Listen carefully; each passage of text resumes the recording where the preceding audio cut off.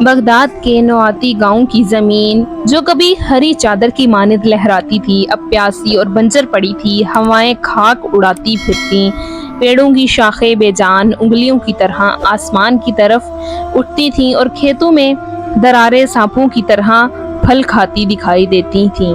سورج دکھتے انگارے کی مانند زمین پر آگ برسا رہا تھا۔ اسی ویران بستی میں ایک کسان یوسف بن سلیمان اپنے کھیت کی منجمد مٹی پر گھٹنوں کے بل بیٹھا تھا۔ اس کی داڑھی میں مٹی کی گرد ملی ہوئی تھی مگر آنکھوں میں ایک انوکھا سکون جھلک رہا تھا۔ اس کے پاس نہ سونا تھا نہ چاندی، صرف زمین تھی اور اس زمین سے بندھی اس کی امید۔ یوسف آسمان کی طرف دیکھ کر بڑبڑایا، اے میرے رب، تو نے ان زمینوں کو ہریالی عطا کی تھی، ابھی تیرے ہی حکم سے یہ پیاسی ہوئی ہیں۔ میں جانتا ہوں تو آزماتا ہے اور صبر کرنے والوں کو اپنا قرب دیتا ہے، میں تیری آزمائش پر راضی ہوں۔ پاس سے گزرے ایک بوڑھے چرواہے نے طنزیہ ہنستے ہوئے کہا، یوسف، تم ابے بیج بوتے ہو، ان سوکھے کھیتوں میں ہوش کرو، قد کی ہوا دعا سے کچھ نہیں اگنے والا۔ یوسف مسکرایا، اس کی مسکراہٹ میں تلخی نہ تھی، صرف یقین تھا۔ بیجنا میرا کام ہے، اگانا رب کا کام ہے۔ ہر صبح یوسف کھیتوں میں آتا، پیاسی مٹی کو ہاتھ سے چھوتا، آنکھیں بند کر کے دعا کرتا اور پھر محنت سے کام میں جٹ جاتا۔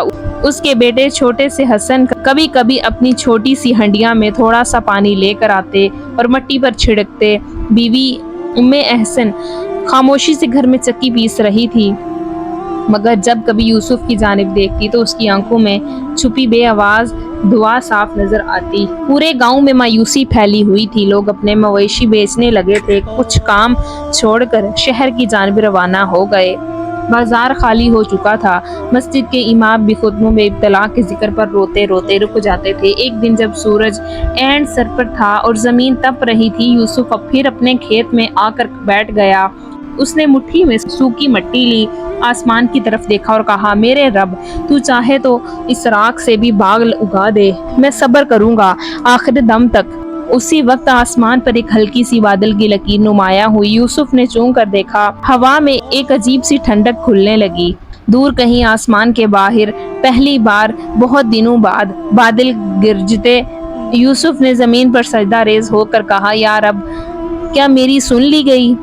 آسمان پر بادلوں کی ایک لہر چھا چکی تھی، گرم ہوائیں جو اب تک آگ اگلتی تھیں تھم سی گئیں، فضا میں ایک عجیب سی خاموشی چھا گئی، جیسے زمین سانس روکے کسی معجزے کی منتظر ہو۔ یوسف ابھی سجدے میں تھا، اس کی آنکھوں سے آنسو مٹی میں جذب ہو رہے تھے۔ چھوٹا حسن دوڑتا ہوا آیا، کانپتے ہوئے بولا، ابا ابا، بادل آ گئے۔ یوسف نے سجدے سے سر اٹھایا، ایک لمحے کے لیے اس کی آنکھوں میں روشنی چمک ابھری مگر پھر اس نے خود کو سنبھالا، بیٹا ابھی صبر، جب پہلا قطرہ گرے گا تب ہم سجدہ شکر ادا کریں گے۔ گاؤں کے مرد و عورت گھر سے نکل آئے، بچے شور مچاتے دوڑنے لگے، بزرگ آسمان کی طرف دیکھ کر دعاؤں سے ہاتھ اٹھائے کھڑے تھے، لیکن کچھ پاگل لوگ آپس میں کہہ رہے تھے، یہ تو وہی دھوکہ دینے والے بادل ہیں جو ہر سال آ کر گزر جاتے ہیں، کچھ نہیں ہونے والا، ایسی امیدیں مٹی میں دفن ہو جائیں گی۔ یوسف نے ان کی باتیں سنی مگر خاموش رہا، اس کے اندر عجیب سی قرار آ چکی تھی، جیسے اس نے اپنا معاملہ مکمل اللہ کے سپرد کر دیا ہو۔ یوسف اپنے بیٹے حسن سے کہتا ہے، دیکھو بیٹا، جو زمین پر پہلا قطرہ برداشت کرے وہی سے ہری بھری ہوتی ہے، اور جو دل پہلی آزمائش پر ٹوٹ جائے وہ کبھی کھلتا نہیں۔ رات ہو گئی، بادلوں کی گرج دھیرے دھیرے قریب آنے لگی، کچھ قطرے دور دور گرنے لگے، گرد آلودہ زمین پر بوندیں گر گر چھوٹے چھوٹے بلبلے بناتی تھیں۔ یوسف اپنے کھیت کے بیچوں بیچ کھڑا ہو گیا، اس نے اب آنکھیں بند کر لی۔ پہلا قطرہ اس کے چہرے پر گرا، ایک ٹھنڈی رحمت بھری بوند یوسف کی آخری نم ہو گئی، وہ جھک کر زمین کو چھونے لگا۔ یوسف نے مٹی کو اپنے ہاتھوں میں بھرا اور آسمان کی طرف آنکھ اٹھا کر مسکرایا۔ بارش تیز ہو گئی، بادل برسنے لگے، کھیتوں کی بنجر زمین مٹی میں خوشبو اٹھانے لگی، مٹی کی وہ خوشبو جو صرف برسوں کی پیاس کے بعد اٹھتی ہے۔ یوسف سجدہ طاری ہو گیا، فضا میں اللہ اکبر کی صدائیں بلند ہو گئیں، لیکن جیسے ہی بارش زور پکڑنے لگی ایک خطرہ بھی نمایاں ہو گیا۔ دور دراز پہاڑوں سے آنے والے طوفانی ریلے کا شور سنائی دینے لگا جو کھیتوں کی طرف بڑھ رہا تھا۔ بارش کے قطروں نے زمینوں کو تر کر دیا تھا، لیکن اب دور پہاڑوں سے ایک گرج دار آواز آ رہی تھی، ریلوں کی پانی की तेज बहाव की अफोक पर काला पानी एक दीवार की तरफ उठता दिखाई दे रहा था। यूसुफ अब भी सजदे में था, मगर हसन ने उसे झिंझोड़ा। अब्बा देखो ना, पानी आ रहा है, बहुत तेज बहाव है। यूसुफ ने आंखें खोली, बारिश के कतरों में उसकी पलकें भीग चुकी थी। उसने सर उठाया और आसमान की तरफ देखा, फिर सुकून से बोला, बेटा, अल्लाह ने जो दिया है वो ले भी सकता है। सब्र का फल मांगने वाले को सब्र का इम्तिहान भी देना होता है। गांव के लोग फसलें समेटने लगे, कुछ एक दूसरे पर इल्जाम लगाने लगे कि इसी के सबब हुआ है। यूसुफ ने इतने दिन दुआएं मांगी, सब इसी की वजह से हुआ है। कुछ नौजवान चीखने लगे, भागो भागो, पहाड़ी रेला सब कुछ बहा ले जाएगा। माएं बच्चों को उठाए घरों को भाग रही थी। अरे ये लो, ये दुनिया सब्र से नहीं बचती, चालाकी से बचती है। यूसुफ ने कहा, मुस्कुराते हुए जवाब दिया, चालाकी, मगर सब्र हमेशा के लिए रास्ता खोलता है। यूसुफ ने हसन का हाथ पकड़ा, चलो खेत में चलते हैं। अब्बास, सब भाग रहे हैं। यूसुफ ने नरमी से कहा, जो जमीन का साथ मुश्किल में छोड़ दे वो खुशहाली का हकदार नहीं होता। दोनों कीचड़ में लथपथ होकर आगे बढ़े और जैसे ही रेला गांव की हद तक पहुंचा तो यूसुफ ने जमीन पर गिरा हुआ एक पुराना असीजा दरख्त देखा, क्योंकि इसी जमाने में खेतों की रखवाली करता था। यूसुफ ने झुककर दुआ की, अल्लाह तू ही बचाने वाला है। अचानक कुदरत का एक करिश्मा हुआ। वही बजीदा दरख्त जमीन से उखड़कर रेले के आगे आ गया और एक कुदरती बंद बांध दिया। पानी गांव की तरफ मुड़ने के बजाय दूसरी सिमत बहने लगा। लोगों ने हैरत से ये मंजर देखा। पूरा गांव बच गया, लेकिन रेले ने यूसुफ के खेत के किनारे को छू लिया था। फसल का एक बड़ा हिस्सा अब भी खतरे में था। यूसुफ ने मिट्टी को हाथ में लिया और कहा, अभी इम्तिहान मुकम्मल नहीं हुआ। बारिश थम चुकी थी, फिजा में मिट्टी और गीली घास की खुशबू तैर रही थी, मगर गांव के चेहरों पर खुशी नहीं, खौफ और अफसोस के साए थे। यूसुफ अपने खेत की हद पर खड़ा था, जहां कभी सुनहरी गहियों की लहलहाट होती थी, अब वहां कीचड़ और बर्बादी का मंजर था। हसन खामोशी से बाप के करीब आ खड़ा हुआ, उसकी पलकों पर आंसू झिलमिला रहे थे।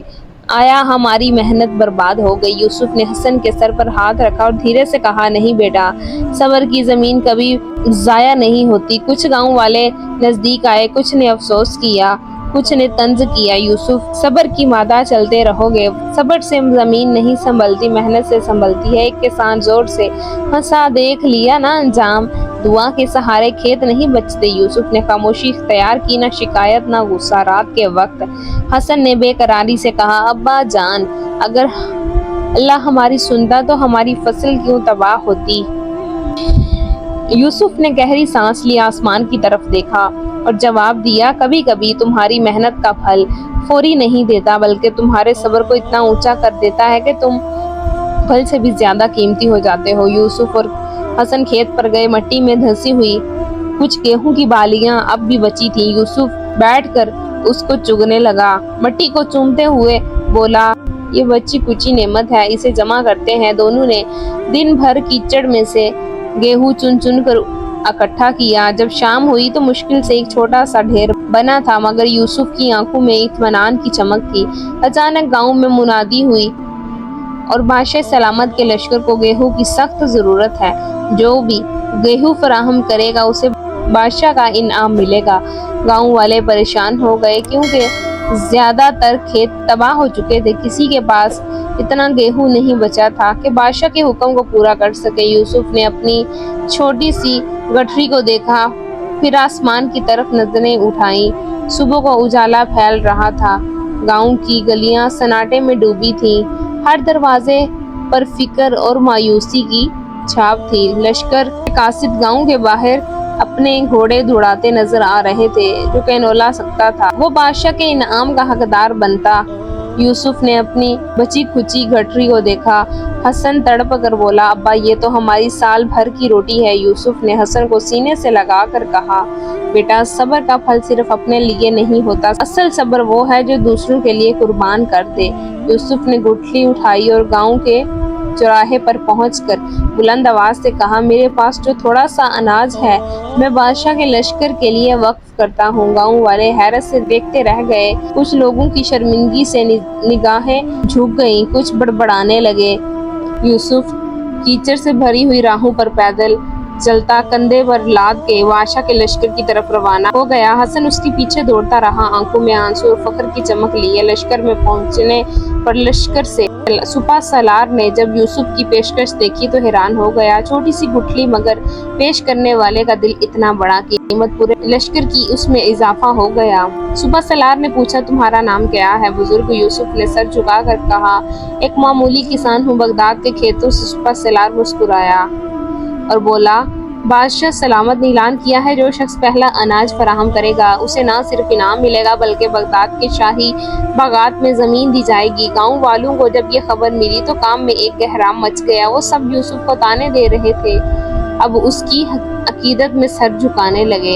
यूसुफ वापस लौटा, हाथ खाली मगर दिल भरा हुआ, और दरवाजे पर बादशाह के कासिद उसका इंतजार कर रहे थे। शाही फरमान लिए हुए गांव के बाहर एक बड़ा हजूम जमा था। यूसुफ हसन के साथ खड़ा था, जबकि बादशाह के कासिद सुनहरी लिबासों में शाही फरमान सुनाने को तैयार थे। कासिद ने बुलंद आवाज में ऐलान किया, बादशाह सलाम, यूसुफ बिन ज़र को अदनान के शाही बागात में से एक महल और सालाना इनाम अता करते हैं, और उसके खलूस और कुर्बानी के बदले गाँव वाले दम खुद रह गए। जो कल उसे कमजोर समझते थे आज उसकी अजमत के गुण गा रहे थे। यूसुफ ने सुकून से सुना, फिर हाथ जोड़कर कासिद से कहा, महल की चमक दमक मेरी नसीब की जरूरत नहीं, जमीन की वसत मेरे सब्र की कीमत नहीं। सब हैरान रह गए। यूसुफ आगे बढ़ा, मट्टी की एक मुट्ठी अपने हाथ में भरी और बोला, मैं इस मट्टी से मोहब्बत करता हूँ जो मेरे सब्र की गवाह है। मुझे माल नहीं चाहिए, मुझे दुआ चाहिए। हसन की आंखों में आंसू। हसन तड़प कर बोला, अब्बा हमने तो फाके काटे हैं, अब अल्लाह ने हमें इनाम दिया है। यूसुफ ने अपने बेटे को गले लगा कर कहा, बेटा असल इनाम वो सुकून है जो दिल में सब्र से पैदा होता है। महल की अंदर मट्टी हो जाएगी मगर सब्र का फल हमेशा बाकी रहेगा। कासिर ने अदब से कहा, अगर महल कबूल नहीं तो कोई और ख्वाहिश अर्ज करे। यूसुफ ने मुस्कुरा कर कहा, मेरी बस एक इल्तिजा है कि गांव के इन किसानों के कर्ज माफ कर दिए जाएं जिनकी फसलें खुश्क साली में तबाह हुई। कासिम ने सर झुकाया, हुक्म की तामील हो गई। गांव के लोग जिन्होंने कभी यूसुफ का मजाक उड़ाया था उसके कदमों में आंसू बहाते हुए बैठ गए। यूसुफ खामोशी से अपने खेत की तरफ लौट आया। उम्मीद करती हूँ कि आपको हमारी आज की वीडियो अच्छी लगी होगी। वीडियो अच्छी लगे तो वीडियो को लाइक करें और मज़ीद इस तरह की वीडियोस देखने के लिए हमारा चैनल सब्सक्राइब करें। मिलते हैं नेक्स्ट वीडियो में, इजाज़त दीजिए, अल्लाह हाफिज़।